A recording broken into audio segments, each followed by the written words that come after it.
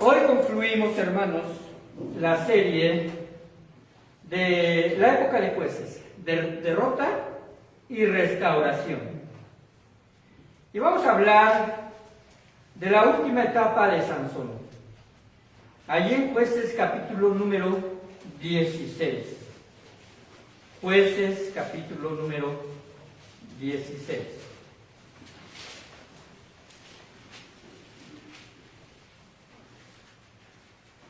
Le voy a dar lectura para entrar en contexto. Ya vimos acerca de su nacimiento y ya vimos acerca de sus victorias con los filisteos, sus primeras victorias. Dice así la palabra de Dios. Fue Sansón a Gaza y vio allí a una mujer ramera y se llevó a ella.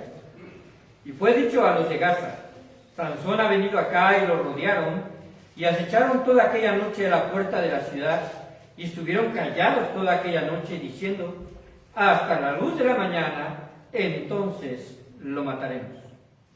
Mas Sansón durmió hasta la medianoche, y a la medianoche se levantó, y tomando las puertas de la ciudad con sus dos pilares y su cerrojo, se las echó al hombro, y se fue, y las subió a la cumbre del monte que está delante de Hebrón. Después esto aconteció que se enamoró de una mujer en el valle de Sorek, la cual se llamaba Dalila. Y vinieron a ella los príncipes de los filisteos y le dijeron: engáñale e infórmate en qué consiste su gran fuerza y cómo lo podríamos vencer, para que lo atemos y lo dominemos. Y cada uno de nosotros te dará 1100 siclos de plata. Y Dalila dijo a Sansón: yo te ruego que me declares en qué consiste tu gran fuerza y cómo podrás ser atado para ser dominado.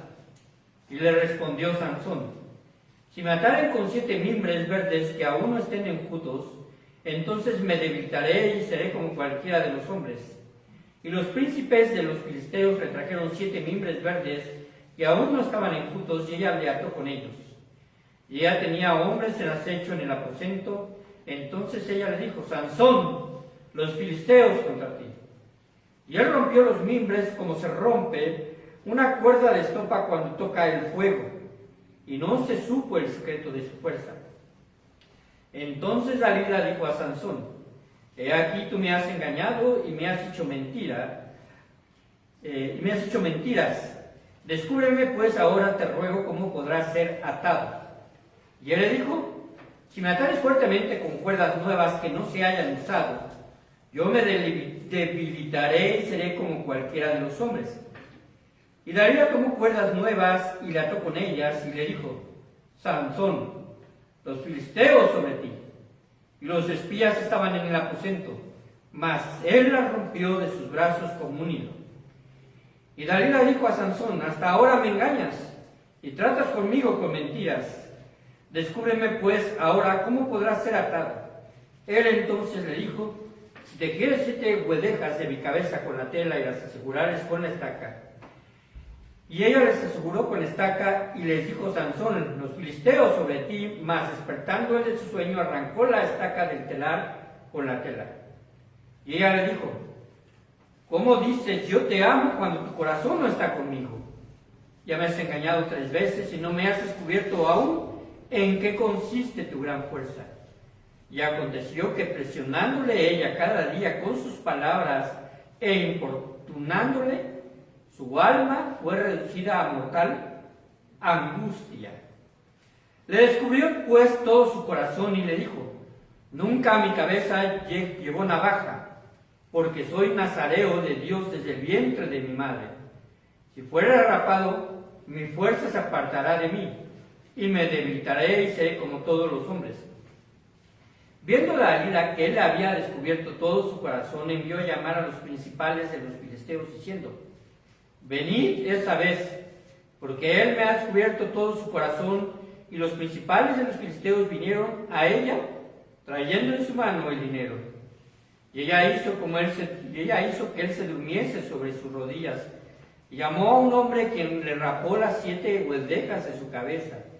Y ella comenzó a afligirlo, pues su fuerza se apartó de él. Y le dijo: Sansón, los filisteos sobre ti. Y luego que despertó él de su sueño, se dijo: esta vez saldré como las otras y me escaparé. Pero él no sabía que Jehová ya se había apartado de él. Esta frase debemos subrayarla. Él no sabía que Jehová ya se había apartado de él. Mas los filisteos le echaron mano y le sacaron los ojos y le llevaron a Gaza y le ataron con cadenas para que muriese en la cárcel. Y el cabello de su cabeza comenzó a crecer después que fue rapado. Entonces los principales de los filisteos se juntaron para ofrecer el sacrificio a Dagón, su dios, y para alegrarse. Y dijeron: nuestro Dios entregó en nuestras manos a Sansón, nuestro enemigo. Y viéndolo el pueblo, alabaron a su Dios, diciendo: nuestro Dios entregó en nuestras manos a nuestro enemigo y al destruidor de nuestra tierra, el cual había dado muerte a muchos de nosotros. Y aconteció que cuando sintieron alegría en su corazón, dijeron: llamad a Sansón para que nos divierta. Y llamaron a Sansón de la cárcel y sirvió de juguete delante de ellos y lo pusieron entre las columnas. Entonces Sansón dijo al joven que le guiaba de la mano: acércame y hazme palpar las columnas sobre las que descansa la casa, para que me apoye sobre ellas. Y la casa estaba llena de hombres y mujeres, y todos los principales de los filisteos estaban ahí. Y en el piso alto había como 3000 hombres y mujeres que estaban mirando el escenario, el escarnio, de Sansón. Entonces llamó Sansón a Jehová y dijo: Señor Jehová, acuérdate ahora de mí y fortaléceme, te ruego solamente esta vez, oh Dios, para que una vez tome venganza de los filisteos con mis dos ojos. Asió luego Sansón las dos columnas en medio, sobre las que descansaba la casa, y echó todo su peso sobre ella, su mano derecha sobre una y su mano izquierda sobre la otra. Y dijo Sansón: muera yo con los filisteos. Entonces se inclinó con toda su fuerza, y cayó la casa sobre los principales y sobre todo el pueblo que estaba en ella, y los que mató al morir fueron muchos más que los que había matado durante su vida.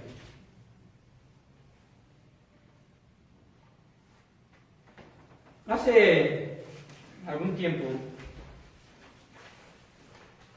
en una reunión, yo estaba platicando con un amigo mío que ya murió, pero él era director de una escuela.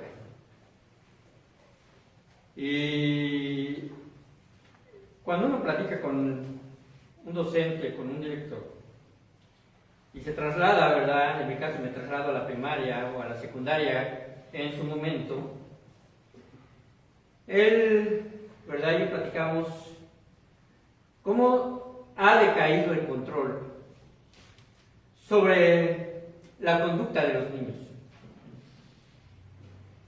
Y también cómo quizás en nuestro tiempo, y algunos están aquí, ¿verdad? Si ustedes estudiaron la primaria en los años 70 y la secundaria todavía en esos años, 80 quizás, sabrán que hablo con verdad.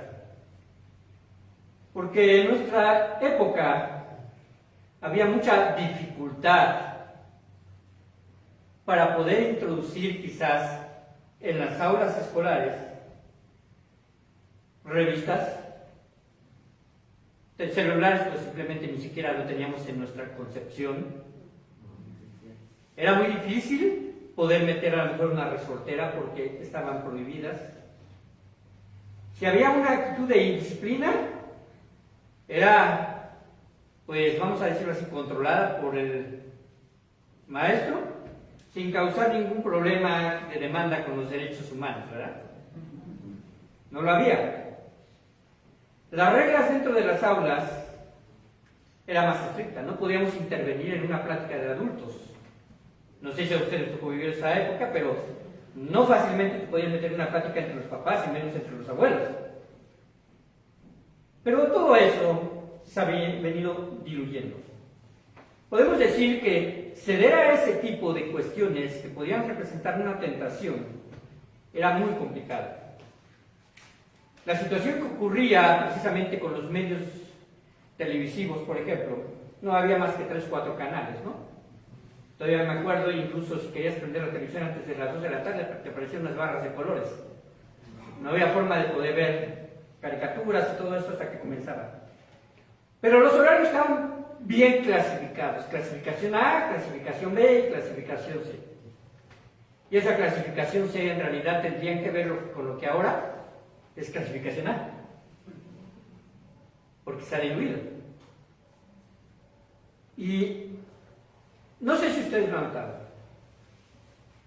pero bueno, tengo hijos que ya crecieron, pero aún desde la época de que mis hijos eran pequeños y ahora que es mi nieto.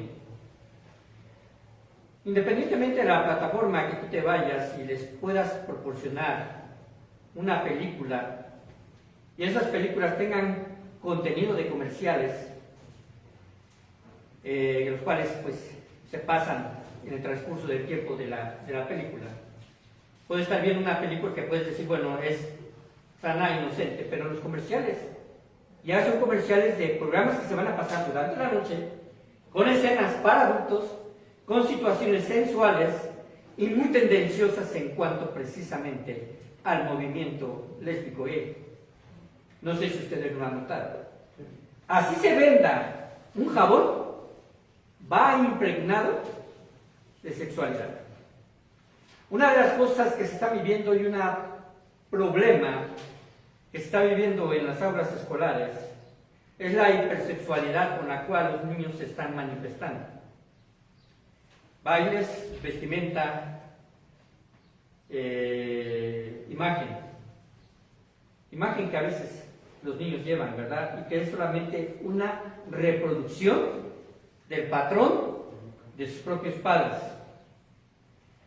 A nivel mundial, hermanos, la sexualidad ha tomado un papel preponderante como medio de manipulación en la carrera de formar una sociedad altamente materialista que busca la satisfacción casi inmediata de cualquier deseo que un hombre y una mujer puedan tener. Al estudiar la vida de Sansón, la historia más conocida, hermanos, es la que acabamos de leer. El romance que tuvo con ¿quién? Con Dalila. Ese romance que tuvo con Dalila.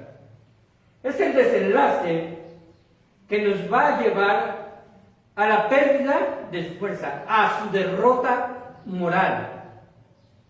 Por lo menos ahí ustedes ahorita que leímos, vimos que cuando Dalila lo está presionando, en esas ocasiones en las cuales él le da una respuesta engañosa y ella dice, es que tú me engañas, ¿cierto o no? La pregunta es, ¿quién estaba engañando a quién primero? Dalila, ¿verdad? Ahora, hermanos, el desenlace de esta historia nos habla de un hombre que sucumbió ante el mayor de sus pecados y por su propia concupiscencia, que fue la lujuria. Es fácil notar que Sansón tenía un grave problema ¿de qué? De lujuria. Un hombre capacitado por Dios, el cual fue puesto para juzgar a Israel 20 años. Y recuerden que la palabra juzgar en este libro, y incluso en lo que se menciona en la época de los jueces, está más bien enfocada al libertador, a alguien que estaba puesto por Dios para liberarlos de sus enemigos. En el caso de otros jueces, estuvieron capacitados para dirigir el pueblo, pero si ustedes notan, con Sansón no se menciona esa característica de dirigir el pueblo, sino de librarlos de sus enemigos. Dios lo dotó de una gran fuerza física. Un hombre capacitado con Dios, con esta fuerza fuera de lo normal, como lo leímos, quien pudo levantar las puertas de entrada de una ciudad sobre sus hombros, pero no pudo controlar su deseo por las mujeres, quien encendió los campos de los filisteos con teas encendidas en las colas de 300 zorras y acabó con los sembradíos. Una gran extensión, no se menciona aquí por hectárea, pero imagínense cazar 300 zorras y poner 300 ahí teas, pero no pudo controlar el fuego de su pasión. Sansón mató a 1000 hombres con la quijada de un burro y no pudo matar la concupiscencia de su naturaleza pecaminosa. Un hombre físicamente fuerte, pero espiritualmente ¿qué? débil. Ahora, podemos aprender algunas cosas de su historia, una historia con matices extraordinarios porque nos menciona a un hombre en relación a su fuerza física fuera de lo normal, pero al mismo tiempo con caídas lamentables, y aún así Dios utiliza a este hombre, palpablemente no para dar enseñanzas morales, sino para dar enseñanzas del control que tiene Dios para proteger a su pueblo. Ese es el fin de Dios. Sansón fue un hombre que venció a los filisteos. En otras historias de los jueces hemos visto que reúnen ejércitos, que Gedeón a 300 y en otro a la tribu de Efraín, y así van venciendo a los enemigos. Pero los más acérrimos fueron los filisteos. Recuerden que les dije que los filisteos estarían todavía, ¿verdad?, en el escenario tratando de controlar al pueblo hebreo hasta la época de David. Ahí cuando está enfrentándose con Goliat, ¿a qué? ¿A qué tribu o a qué nación pertenecía? A los filisteos, ¿verdad? Y toda esa época van a estar sufriendo el pueblo de Israel. Pero Sansón no llevó a un ejército, fue un solo hombre que venció a los filisteos durante el tiempo en el que Dios lo permitió que él viviera. Pero fue el hombre que fue vencido por una sola mujer. Vamos a aprender algunas cosas. Número 1. ¿A qué apela la tentación de Sansón? ¿A qué apela la tentación de Sansón? O mejor dicho, ¿verdad? Su concupiscencia, ¿hacia dónde se inclinaba? Hacia la lujuria. La lujuria. Ahora, hermanos, cuando estamos hablando acerca del tema de sexualidad, hablamos acerca de un deseo natural que Dios puso al hombre y a la mujer. A veces la sexualidad se ve como un tema tabú dentro de los círculos religiosos o inclusive familiares. Pero la sexualidad es algo que Dios permitió, y lo cual cuando fue creado Adán y Eva, les fue llevado a tomar conciencia de esa misma sexualidad. Porque uno de los propósitos por los cuales Dios originalmente creó por pareja fue para precisamente la reproducción humana. La sexualidad en sí misma no es un pecado. No pensemos que la sexualidad misma es un pecado. ¿Ustedes han oído el concepto de apetito sexual? Y han oído el concepto de apetito físico con respecto a comer los alimentos. Bueno, ambos apetitos deben de tener, vamos a decirlo así, un causal.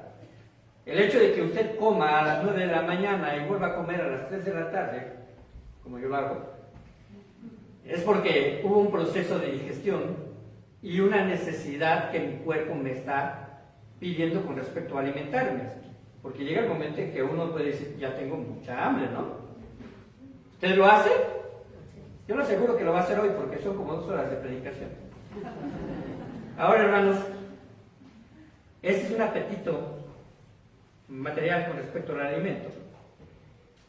Pero no está controlado por nosotros, porque está controlado por nuestro organismo al producir estos procesos de digestión. Pero el apetito sexual es un apetito que es controlado. Es un apetito que puede ser controlado por nosotros, siempre y cuando no nos demos a la estimulación. Porque cuando existe la estimulación, ¿verdad?, entonces el apetito se prende y se abre. Es un apetito del cual Dios nos ha dado el control para satisfacción propia en el tiempo indicado y bajo el contexto correcto, que es el matrimonio. Esto es lo que la palabra de Dios enseña. Cuando se sale de este parámetro, obviamente estamos haciendo cosas que van en contra de la voluntad de Dios. Quizás haya cosas que sorprendan. Y una de ellas es que, por lo menos, como a los americanos les gusta mucho hacer encuestas y hacer estadísticas, ¿verdad? Pero en el pueblo de México se ha llevado a cabo, sobre todo precisamente en el aspecto de cómo ha aumentado el embarazo, ¿verdad?, en niñas, en adolescentes. Caemos en la cuenta de que la sexualidad ahora, ¿verdad?, tiene una apertura que lleva al libertinaje y a la pecaminosidad.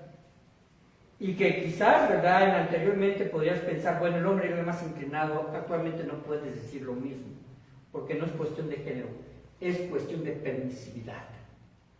¿Cuánto se va a permitir, ya sea en el caso de la mujer y en el caso de los varones?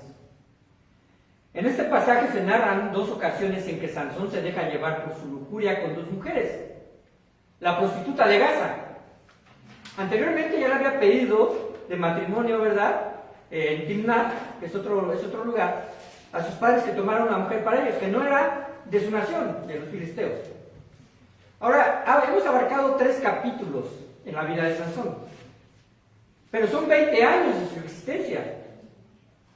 ¿Qué ocurren? Bueno, todos estos eventos tienen que ocurrir durante ese periodo, sobre todo el que con más exactitud podemos tener su muerte y su nacimiento, porque son palpables, ¿no? Pero durante ese tiempo, él infundía temor a la nación filistea, infundía que le tuvieran miedo. Lo quisieron precisamente hacer vamos a decirlo así, una trampa ahí en Gaza cuando se enteraron de que se metió con esta prostituta, y los vamos a agarrar aquí en las puertas. Ahora, cuando se menciona eso, quiere decir que eran puertas de ciudades fortificadas, las cuales tenían anchas columnas, y entre esos lugares se podían esconder precisamente sus enemigos. Pero temieron. Ahora imaginen ustedes ahí al ejército, ¿verdad?, de los filisteos, o a las gentes que estaban ahí para acabar con él, esperando que saliera por la puerta pequeña, porque eran puertas grandes y con una puerta pequeña, así vamos a decir como la puerta que tenemos aquí al frente. Pero Sansón toma por algunas de sus secciones con sus brazos y con todos sus cerrojos y sus columnas la arranca. Eso, hermanos, causó que los filisteos le tuvieran miedo.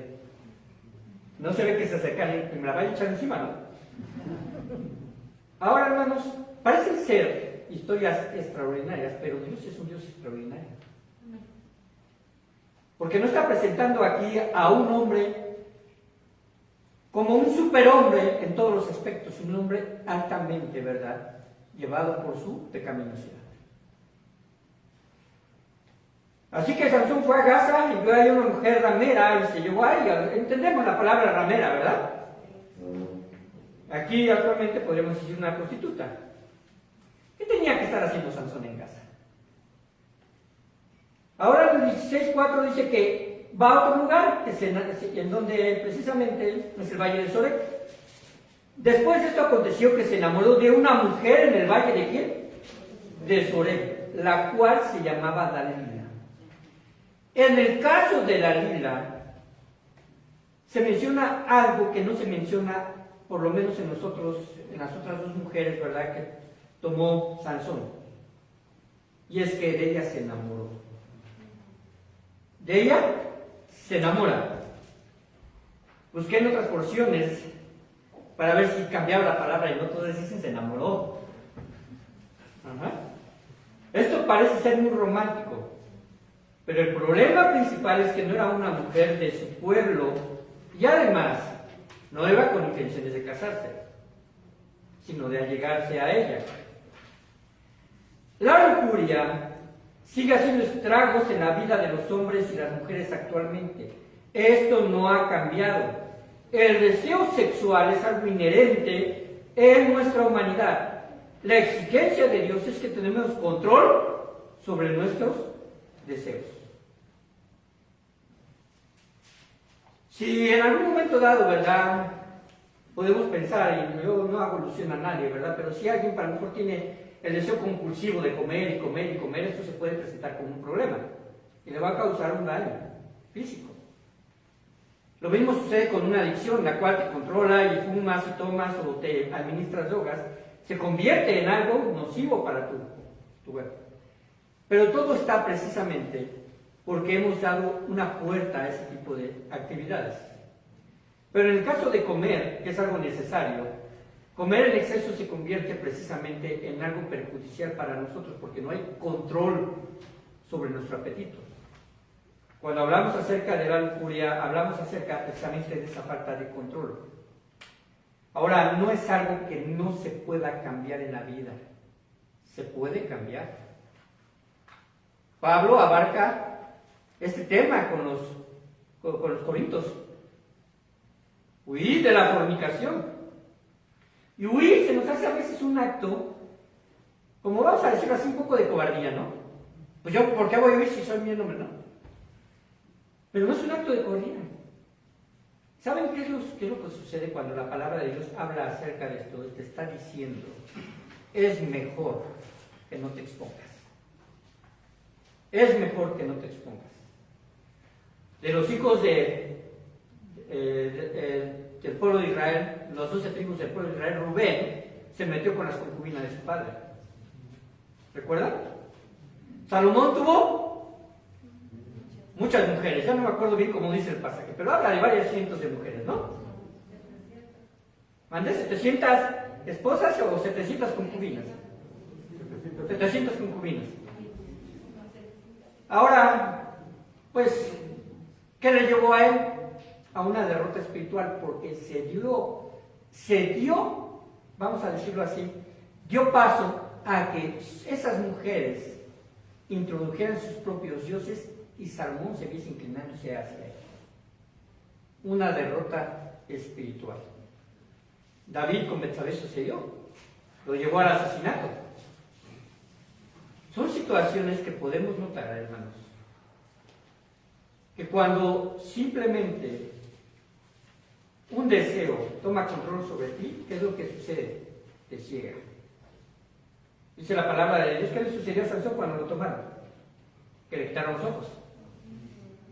Pero yo creo que ya estaba ciego, espiritualmente hablando. Ahora, hermanos, no es la única forma en la que se presenta la tentación en esta historia. Hay otra forma. Siguiente punto. A través de la ambición de Dalila. Porque lo más escandaloso es lo que primero que vemos, ¿no? Pero a través de la ambición de ¿quién? De Dalila.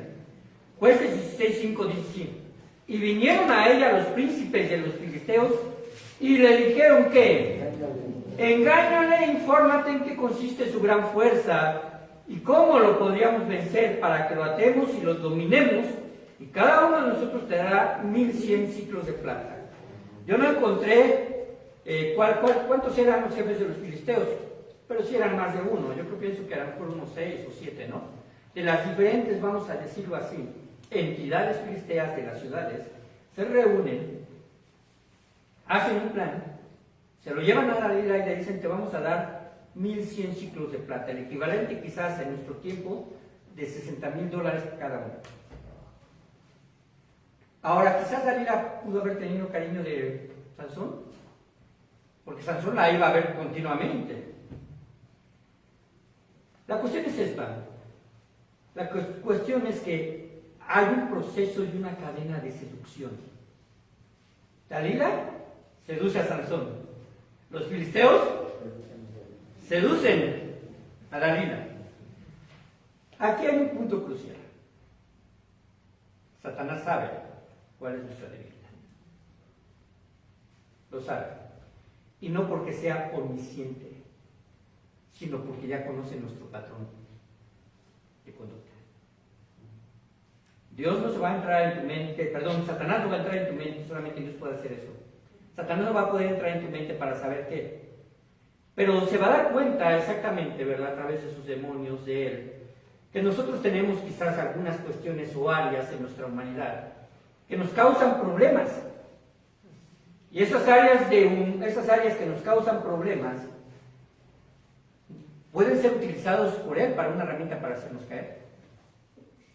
Los celos puede ser uno. La soberbia puede ser otra. La lujuria es otra. La avaricia, ¿verdad? Es otra. La ambición es otra. Esto, hermanos, es lo que precisamente donde nuestro Dios quiere que podamos aprender a depender de su Espíritu. Pablo, ¿verdad?, se presenta con respecto a esto y habla acerca del aguijón en la carne, ¿verdad?, para que no se ensoberbezca, es decir, para que no llegue a ser tan soberbio de cómo Dios me utiliza. Dios pues, le puso un aguijón en la carne. Y bástate mi gracia, porque mi poder se perfecciona en tu debilidad. Ahora la situación es esta: cuando estamos en debilidad, no consideramos que la gracia de Dios es bastante para hacer que no caigamos. Simplemente olvidamos eso. La ambición de esta mujer pudo más que el amor que Sansón le demostraba a ella. Obviamente Dalila recibiría más, ¿verdad?, de lo que les hablaba de $6,000 actuales. Le dije 60,000, no, perdón, 6,000, corrijo, pero todavía es mucho dinero. Porque eran varios los príncipes de los filisteos que se habían comprometido a pagar. La tentación que nos motiva a buscar la vanagloria de la vida tiene mucho que ver en cómo quieres que te vean los demás. En cómo quieres que te vean los demás. Como una persona de éxito, como un hombre o una mujer millonario o rico, como alguien atractivo. El deseo de sobresalir para llenar nuestra vanidad también es pecado. También es pecado. Ahora, los filisteos consideraban que la capacidad de fuerza que tenía Sansón debía de provenir de algo y no de alguien. ¿Notaron eso? ¿De dónde iba a provenir según los filisteos? Descúbrenos, Dalila, ¿de dónde proviene? Y lo haremos. Y ya lo habían atado, ¿verdad? Con tellas, ya le habían atado sus manos, le agarraron sus huedejas y las ataron también en una estaca, y él se zafó fácilmente. Ahora, ya hemos hablado de que Sansón había fallado de forma constante en su voto nazareo. Ya había tenido contacto con cadáveres, ¿cierto o no? Con el león, hasta comió de su boca. La miel que ahí había, ¿verdad? El panal de abejas. Había fallado en tomar vino, se intuye, porque también se intuye de que estaba dentro de las fiestas paganas. Pero hermanos, todavía faltaba, ¿verdad? Quizás, vamos a decirlo así. Dentro de los elementos de voto que eran quizás más representativos era el cabello. No debía haber sido cortado. No debía haber sido cortado. Y ya lo notamos cuando leímos la lectura, que no fue porque le cortaron el cabello, sino porque el Espíritu de Jehová se apartó de él. El Espíritu de Jehová se apartó de él. Esto nos habla de otro punto: la autoconfianza de Sansón. En el versículo 20, cuando él despierta, ¿verdad? Y ahí está en las piernas de Dalila, yo creo que le estaba acariciando la cabeza, y mientras eso pasaba, le cortaron, ¿verdad?, la mayor parte de su cabellera. Él dijo estas palabras: esta vez saldré como las otras y me escaparé. Esta vez saldré como las otras y me escaparé. El peligro de la tentación es pensar que nadie se va a dar cuenta tarde o temprano. Por la misericordia de Dios, hermanos, Dios es paciente y perdona cuando nos arrepentimos. El proceso de un cristiano cuando cae en pecado es confesar su pecado, porque Él es fiel y justo para perdonar nuestros pecados y limpiarnos de toda maldad. Pero llega el momento, así como Sansón, en que podamos llegar al límite e intentar jugar con Dios. ¿Y a qué nos debe de llevar? Nos debe de llevar precisamente a no generar en nosotros una autoconfianza. Aquí se percibe por parte de Sansón la convicción que tenía de sí mismo y de su fuerza. Él estaba completamente ensoberbecido, cegado. La autoconfianza lo lleva precisamente a no depender de Dios, porque él habla de él mismo. Esta vez saldré como las otras y me escaparé. Ahora, hermanos, ¿Para ti qué representa tu propia cabellera? Y no estoy hablando de tu cabello. ¿Qué es aquello a lo que te afianzas, que te da autoconfianza? Que no sea, vamos a decirlo así, la confianza que le debes de tener a Dios, porque entonces estás ahí en lo correcto, ¿no? Pero ¿será tu riqueza? ¿Será tu trabajo? ¿Será tu salud? ¿Serán tus capacidades intelectuales? ¿Qué va a suceder cuando éstas te fallen? ¿Qué va a suceder cuando ya no tenga mi seguridad financiera, cuando mi trabajo, ¿verdad?, simplemente haya sido removido? ¿Saben que una gran tasa de suicidios, sobre todo en personas, empresas, es generada precisamente por las crisis que llegan a tenerlos en bancarrota y no poder recuperar, y las deudas? Esto llega a pasar. Hace poco oí, ¿verdad? Más bien lo vi en un noticiero, que un jovencito de 14 años se suicida porque no se le dejó picar su cabello. En rebeldía, en rechazo por su imagen. ¿Por qué? Porque ahora se le da más énfasis a lo que la gente ve en mí que lo que yo realmente soy. Así que, hermanos, los cristianos, como cristianos, ¿en qué se siente usted debilitado? En aquellas cosas que le hacen sentirse orgulloso, pero que en realidad ya no van a estar más. Ahora, no estoy diciendo que no cuide su imagen, no estoy diciendo que no piense en ser una persona con éxito en su trabajo, sino en realidad en ver sus prioridades y saber tener contentamiento cuando no lo haya. Sé vivir en abundancia, ¿verdad? Sé vivir en estrechez, decía Pablo. Todo lo puedo en Cristo que me fortalece. Ese pasaje, hermanos, dentro de ese contexto está hablando en relación al contentamiento y la fortaleza que debemos de tener delante del Señor para poder estar agradecidos en Él por lo que tenemos y por lo que no dejamos de tener. Las famosas palabras de Job que dice: Jehová dio, Jehová quitó, sea el nombre de Jehová bendito. Él no le quitó una cuenta bancaria, le quitó a sus hijos. Le quitó la relación sólida que tenía con su esposa. Su esposa realmente le dijo: ¿sabes qué? Quédate solo. Maldice a Dios y muérete. Hermanos, una relación, y hablando un poco acerca de la relación matrimonial, una relación matrimonial es una relación que se cultiva y que nunca va a llegar al término donde usted puede decir: no voy a tener problemas.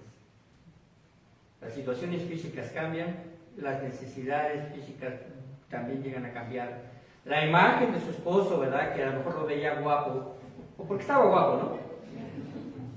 Pero es que usted le pregunta a todas las jovencitas y los ven bien guapos. Pero bueno, va a cambiar. Uno se empieza a ser más redondo, ¿no? ¿Mandé? Y más cosas. Pero, hermanos, la situación es esa. La situación precisamente es que no podemos fiarnos de eso. ¿De qué nos fiamos precisamente? O como matrimonios, ¿de qué nos fiaríamos?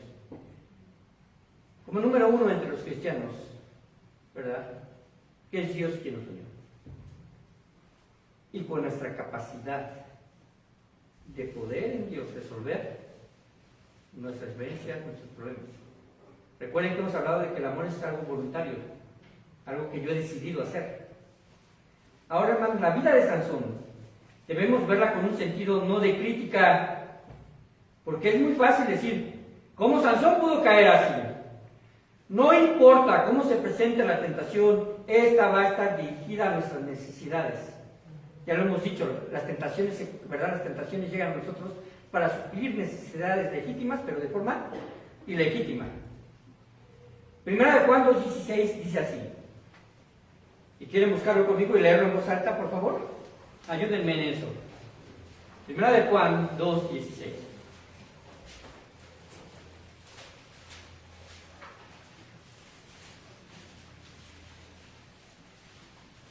¿En voz alta? ¿Cómo dice? Porque todo lo que hay en el mundo, los deseos de la carne, los deseos de los ojos y la vanagloria de la vida, no proviene del Padre, sino del mundo. Ok. ¿Cuándo fue la última vez que usted tuvo un deseo de la carne? ¿Cuándo fue la última vez que fue inducida a tener un deseo de los ojos? ¿Y cuánto nos inclinamos en nuestra vanidad a darle gusto, verdad, a nuestra persona?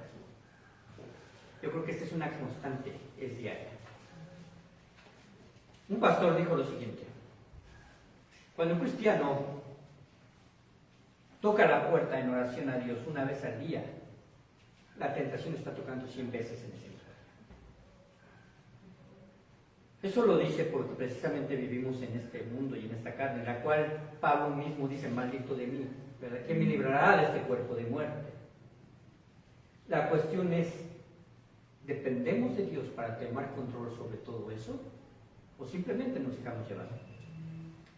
Esta verdad, hermanos, de los deseos de la carne, los deseos de los ojos y la vanagloria de la vida, no provienen de Dios o del Padre, sino del mundo. Esta verdad no ha pasado de moda.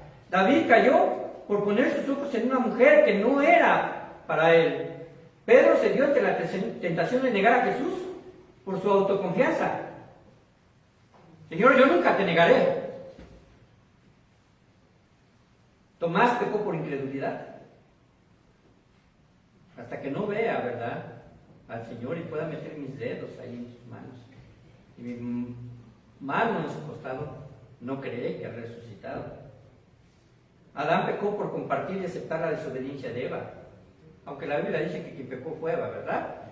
Pero sabemos precisamente que quien tenía la responsabilidad con respecto a esto, sabemos que Adán, y a él se le imputa el pecado que entró en la humanidad.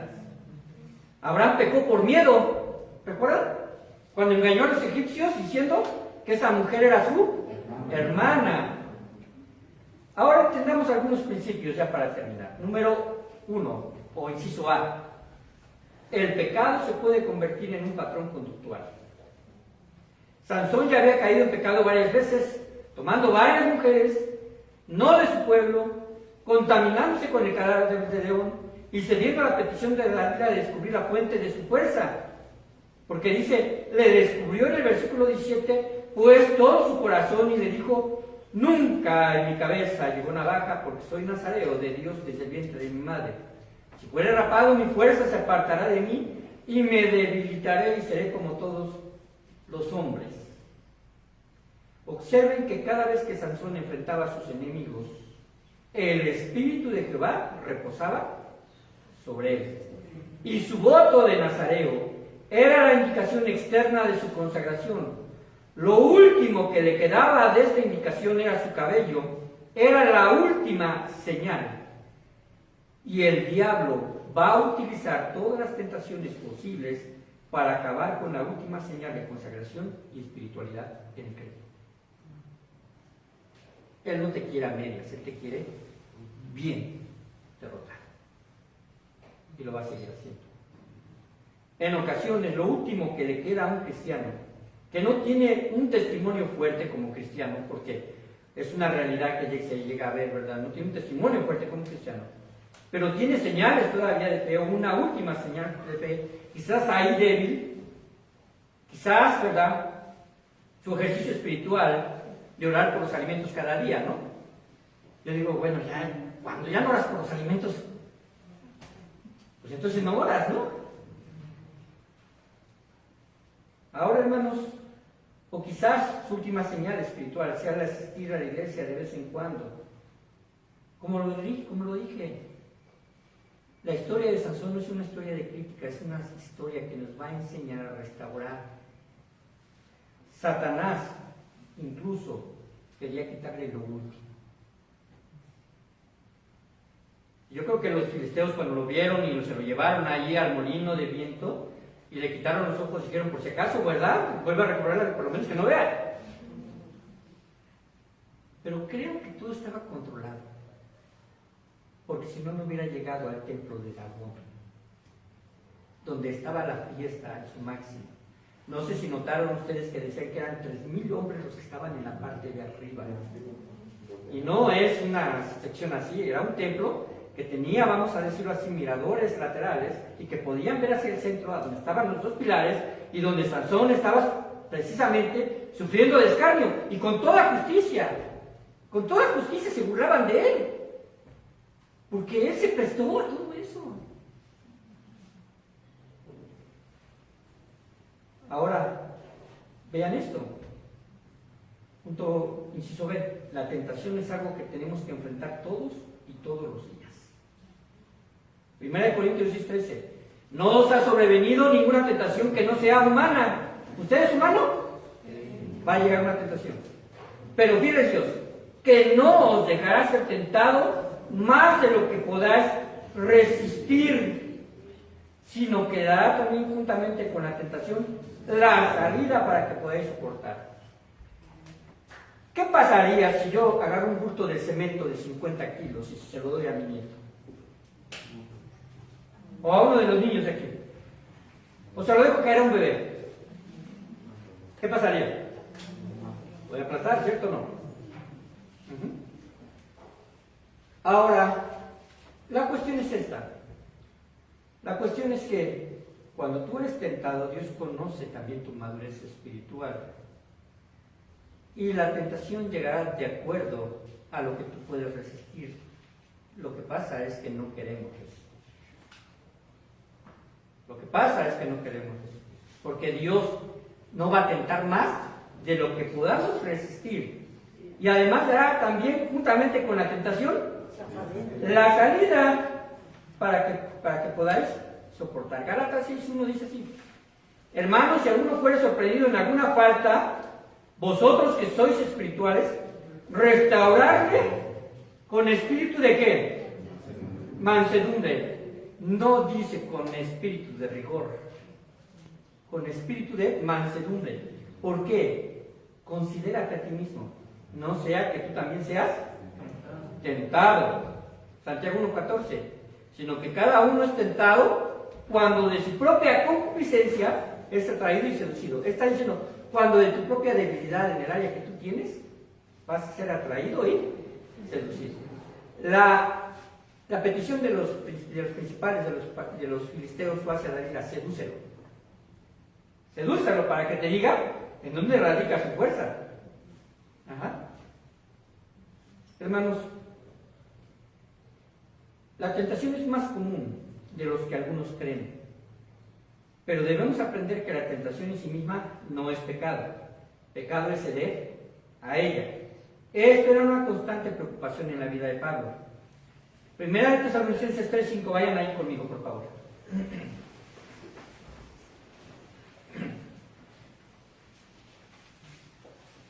Pablo tenía una preocupación con los tesalonicenses de que fueran desviados de la fe, porque sabía que había grupos judaizantes que intentaban precisamente contaminar la doctrina.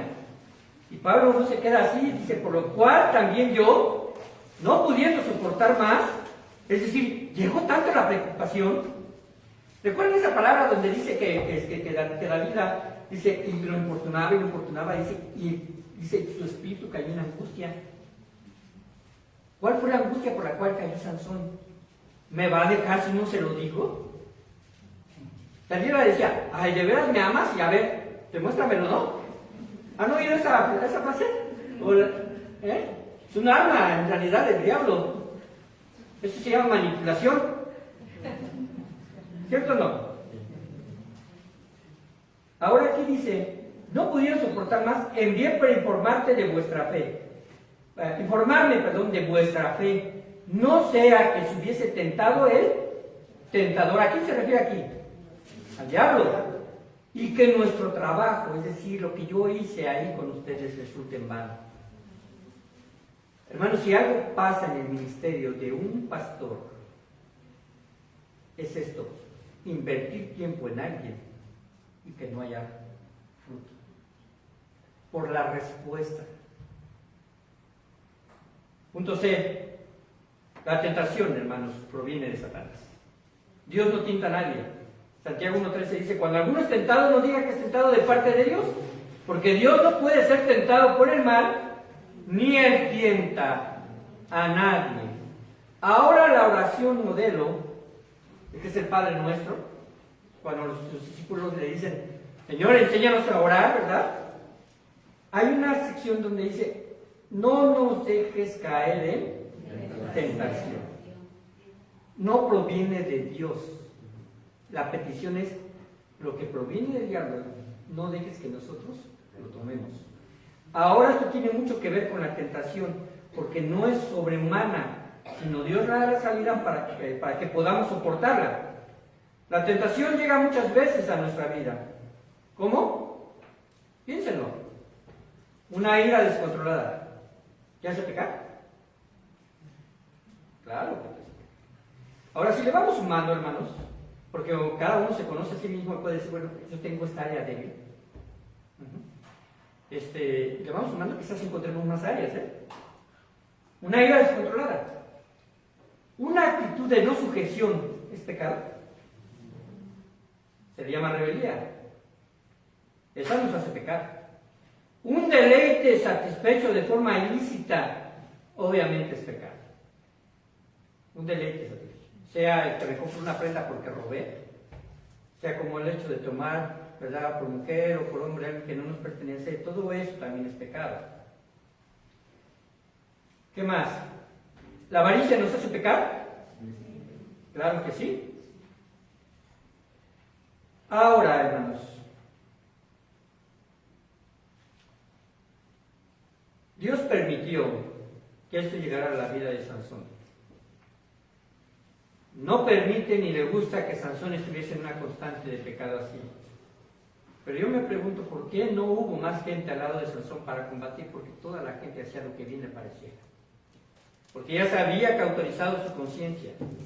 Porque en esa época de jueces podemos notar que surge un personaje totalmente aparte que cumplirá la voluntad de Dios para llevar al nacimiento de Jesús, y es Ruth. Cuando ustedes estén leyendo Ruth, sepan que ella no está ahí en Israel. Cuando estén leyendo eso, saben que está precisamente en otro lugar, después del Jordán. Fue movida por hambre, Dios movió las circunstancias, y ahí Ruth, ¿verdad?, conoció a su esposo israelita, y posteriormente regresaría a Belén. Y allí en Belén, ¿verdad?, se casaría ¿con quién? Con Boz, y sería el abuelo del rey David. Ahora, David fue el que realmente terminó con el pueblo filisteo, con quien estaba sepultando. Como cuando uno piensa en este tipo de detalles en la palabra de Dios, te das cuenta que Dios no se le sale nada de control. A pesar de la pecaminosidad del hombre, a pesar de la pecaminosidad de Sansón, a pesar de la situación moral, ¿verdad?, tan baja del pueblo de Israel. Miren lo que sigue, hermanos, y ya estamos por terminar. Dios sabe eso. Dalila fue utilizada para hacer caer a Sansón. Eva fue utilizada para hacer caer a Adán. En un matrimonio, el no suplir las necesidades físicas mutuas puede hacer caer al cónyuge. El provocar a ir a nuestros hijos les hará caer. Eso lo dice también Pablo. Puede haber una gran lista de como la manipulación, el continuo reproche, una actitud de crítica. Satanás puede utilizar como medio de tentación. Eso lo digo no como un argumento para justificar que un cristiano caiga. Al final cada uno es responsable delante de Dios del cómo responde ante la tentación. Conclusión. Jueces 16, 28 al 30. Vayan ahí. Jueces 16, 28 al 30. Ya me estuve un poco. No, todavía no lo cambian, No. ¿En serio que nos falta? Jueces 16, 28 al 30. Entonces clamó Sansón a Jehová. Ya lo vemos ahí, cuando ya había estado, ya estaba ciego, ya lo habían llevado a una piedra de molino a moverse, mantenerlo cansado por si acaso, ¿verdad? Y dijo, Señor Jehová. Esta oración, aunque tiene una connotación de venganza, es una connotación de reconocimiento de quién venía de dónde venía su fuerza. Dice, Señor Jehová, acuérdate ahora de mí. Cualquier pecador, cualquier cristiano que haya tenido una situación de desliz, una situación de pecado y todo, podemos acudir a Jehová. Acuérdate de mí. Dice así, y fortaléceme. Este es el siguiente paso, fortaléceme donde yo ya caí, ¿no? También. Dice, te ruego solamente esta vez, oh Dios, para que de una vez tome venganza de los filisteos por mis dos ojos. Así luego Sansón, no dice así, asió, y esto de asiar quiere decir que se inclina sobre ellas, o quizás con las mismas cadenas, no lo sabemos, pero él toma con fuerza estas dos columnas del medio sobre las que descansaba la casa, eran los pilares principales, y echó todo su peso sobre ellas, su mano derecha sobre una y su mano izquierda sobre la otra, y dijo Sansón, muera yo con los filisteos. Entonces se inclinó con toda su fuerza y cayó la casa sobre los principales y sobre todo el pueblo que estaba en ella, y los que mató al morir fueron muchos más que los que había matado durante su vida. Mató a sus enemigos, pero también mató sus pasiones. Hermanos, los planes de Dios van más allá de la venganza de Sansón. Dios veía la protección de su pueblo. Dios era fiel a sus promesas de protección. La historia de los jueces es una historia de enseñanzas sobre las frustrantes derrotas y las oportunidades de restauración. De aquí en adelante, si usted sigue leyendo el libro de los jueces con detalle, de aquí en adelante, la decadencia moral se intensifica. Un sacerdote levita se vende ofreciéndose para cultos idolátricos por dinero. La violación tumultuosa hacia la concubina de un levita, también otro, ¿verdad?, persona consagrada. La violación tumultuosa, la forma en la cual después se presenta esto y toman venganza, ¿verdad?, el pueblo de Israel y mata a la gente, pero esta mujer, si ustedes se dan cuenta, fue violada toda la noche. Y después descuartiza a este levita a su mujer para presentarla en 12 partes como testimonio de las 12 tribus de Israel de su depravación. La venganza contra los benjamitas por este hecho. Los benjamitas fueron los que hicieron esto y entonces se vengan. Ahora, parece que ahí dice, bueno, pues ya tomamos venganza, pero después el pueblo como que recapacita y dice, pues ya se va a exterminar el pueblo de Benjamín, ¿qué vamos a hacer? Es parte de nuestro pueblo. Bueno, después permiten a los benjamitas varones tomar mujeres de una forma violenta en medio de una vendimia de uvas. Y acaba el libro con la triste afirmación, cada uno hacía lo que bien le parece. La actitud se repite en la vida de muchos. En la vida de muchos. Si no tenemos cuidado, hermanos, de centrar nuestra voluntad a la voluntad de Dios, pues nuestro testimonio se mantendrá débil.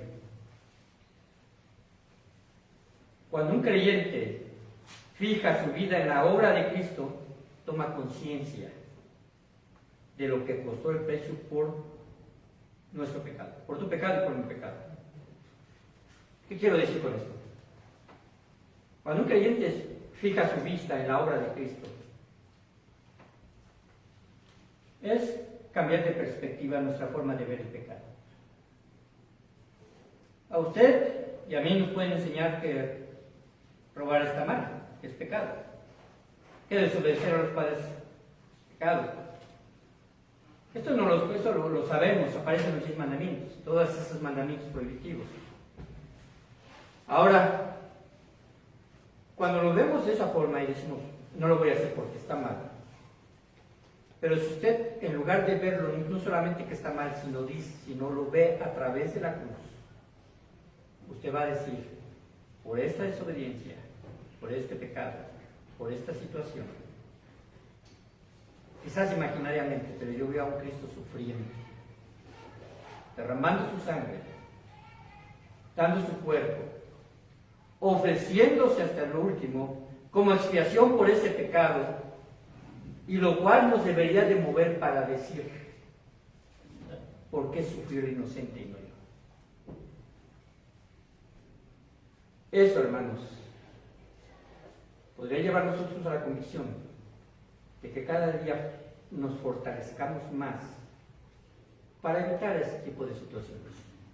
Los pecados continuarán a lo largo de la vida, hermanos. Continuarán, eso no hay duda. La cuestión es que a lo largo de la vida estaremos dando cuenta de fracasos o de victorias sobre la tentación. Vamos a orar. Padre bendito, te doy muchas gracias por tu palabra. Son historias, Señor, que viéndole de su trasfondo, Señor, morales, son historias muy tristes. El libro de los jueces es un libro de muchas tristezas por la constante, Señor, por la constante caída de tu pueblo. Pero son humanos como nosotros. Y Padre bendito, ¿qué podemos decir de nuestra generación? Podemos decir, Padre bendito, de la permisividad que se da, Señor, ahora a toda clase, Padre Santo, de cuestiones que llevan al pecado, no solamente a caer solamente a los adultos, sino incluso a los más jóvenes. ¿Qué podemos decir, Señor, de que las aulas escolares que antes eran refugio de la moral, ahora, Padre bendito, vienen a ser, mi Dios, cátedras de enseñanza? Donde familias, Padre bendito, se dan el permiso y el derecho, Padre, de hacer lo que cada quien o cada uno le parece, sin tomarte en cuenta. Perdónanos, Señor. Perdona, Padre Santo, primeramente nuestra persona, y perdona, Señor, a nuestra iglesia. Perdona, Padre Santo, a nuestra nación. Sé, mi Dios, que tú estás, Señor, moviéndote a través de todo lo que viene adelante. Pero, Padre bendito, no nos dejes estar, Señor, siendo consecuentes, sino haciendo, Padre Santo, cambios radicales en nuestra vida. Reconocemos que tenemos nuestras debilidades y son, Padre bendito, quizás a veces demasiado fuertes. Ayúdanos en ese momento y, Padre bendito, buscar la salida, huir si es necesario, afianzarnos en la palabra de Dios, orar, y que cada uno de nosotros, los matrimonios, como pareja, sean participantes para ayudar a su propia pareja en vencer también sus propias áreas de debilidad. Ayúdanos, Señor, y en el nombre de Cristo, Padre, las victorias nos van a ser nuestras, son, Padre Santo, a través de tu Espíritu, y por eso es que te damos gloria y honra. Gracias por tu perdón inmerecido, porque nos alcanza, Señor, a través de todas nuestras caídas, pero no permitas que nos hagamos insensibles de entender que tuvo un costo tremendo ese perdón. Padre, despídenos en paz y permite que hoy, Señor, por la tarde, estemos nuevamente reunidos en tu nombre. Amén. Amén.